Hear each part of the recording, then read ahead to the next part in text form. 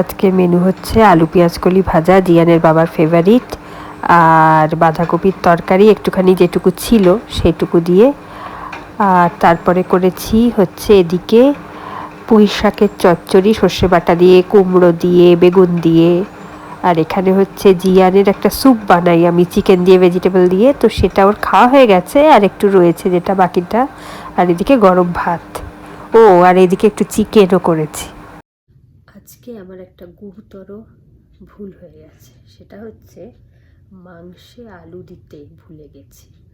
কারণ আমি আজকে সকাল সকাল রান্নাবান্না কমপ্লিট করে নিয়েছি, তারপরে বেলা 2:30 বেজে গেছে। তখন জিয়ানকে স্কুল থেকে নিয়ে এসে আমাকে বলছে একটু মাংস করো। তো তখন আমি অলরেডি রান্নাবান্না অনেকটা করে, মানে প্রায় শেষের দিকে।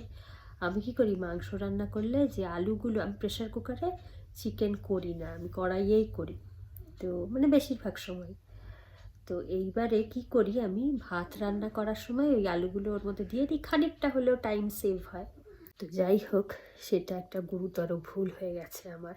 আর আমার না মাংসে আলু না দিলে একদম ভালো লাগে না, মানে একটা আলু থাকবে বেশ মেখে ঝাল ঝাল করে একটু মাংস নিয়ে খাবো।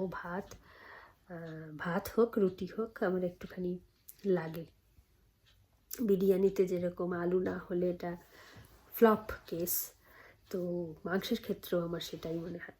আর আমাদের জেনারেশনের কথা মনে আছে, আমাদের সেই রবিবার হলেই মধ্যবিত্তদের বাড়িতে হয় পাঁঠার মাংস, কারোর বাড়িতে চিকেন। সেই বাড়ির সামনে দিয়ে, কোনো রান্নাঘরের সামনে দিয়ে গেলে তো আর কথাই নেই, সেই প্রেশার কুকারে সিটি বাজছে, মাংসের গন্ধ, সেগুলো এখন খালি মনে পড়ে। এখন তো নর্মাল হয়ে গেছে, প্রায় রোজ দিনই হয়তো মাংস খাচ্ছি আমরা।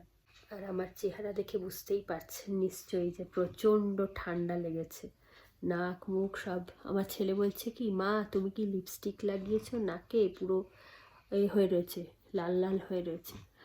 হ্যাঁ, আর ভীষণ জ্বর টর হচ্ছে চারিদিকে, সিজন চেঞ্জের সময় তো, সেই জন্য আমারও কিছুদিন আগে অবশ্য জ্বর হয়েছিল, এখন আবার ঠান্ডা লেগেছে। আর এক দফা একটা এপিসোড হয়ে গেছে, আবার নতুন এপিসোডে ঠান্ডা লেগেছে। যাই হোক, প্রচণ্ড ঠান্ডা লেগেছে তো কষ্ট হচ্ছে একটু কথা বলতে, আর নাক টাক মাথা সব ধরে রয়েছে, ব্যথা করছে। যাই হোক, আর বেশি কথা বলছি না, জিয়ানকে নিয়ে একটু পড়তে বসাতে হবে। তো অনেক দিন ফাঁকি মেরেছি জানো তো, এই পুজোর সময় গেছিলাম বাপের বাড়িতে, তখন কামাইও হয়ে গেছে, জিয়ানের স্কুল ঠিক মতন পড়াশুনোও হয়নি। তো এবারে আস্তে আস্তে একটু একটু করে পড়াশুনোটা শুরু হচ্ছে। আসলে এতদিন গ্যাপ পড়ে গেছে না পড়াশুনোর, যে আমি নিজেই, আমারই ওকে নিয়ে পড়াতে বসতে ইচ্ছা করছে না। ও তো ছোট বাচ্চা, ওর তো এমনি পড়াশুনো থেকে একটু করবেই, দুষ্টুমি করবেই। যাই হোক, এবার একটু পড়াতে নিয়ে বসি। আজকে এখানেই শেষ করলাম। ভালো থাকবেন, সুস্থ থাকবেন, আনন্দে থাকবেন, নিজের খেয়াল রাখবেন। সিজন চেঞ্জ হচ্ছে কিন্তু, জ্বর টর হচ্ছে তো সাবধানে থাকবেন। তো আজকে শেষ করছি এখানে, খুব শিগগিরই আর একটা সুন্দর ব্লগ নিয়ে দেখা হচ্ছে। টাটা।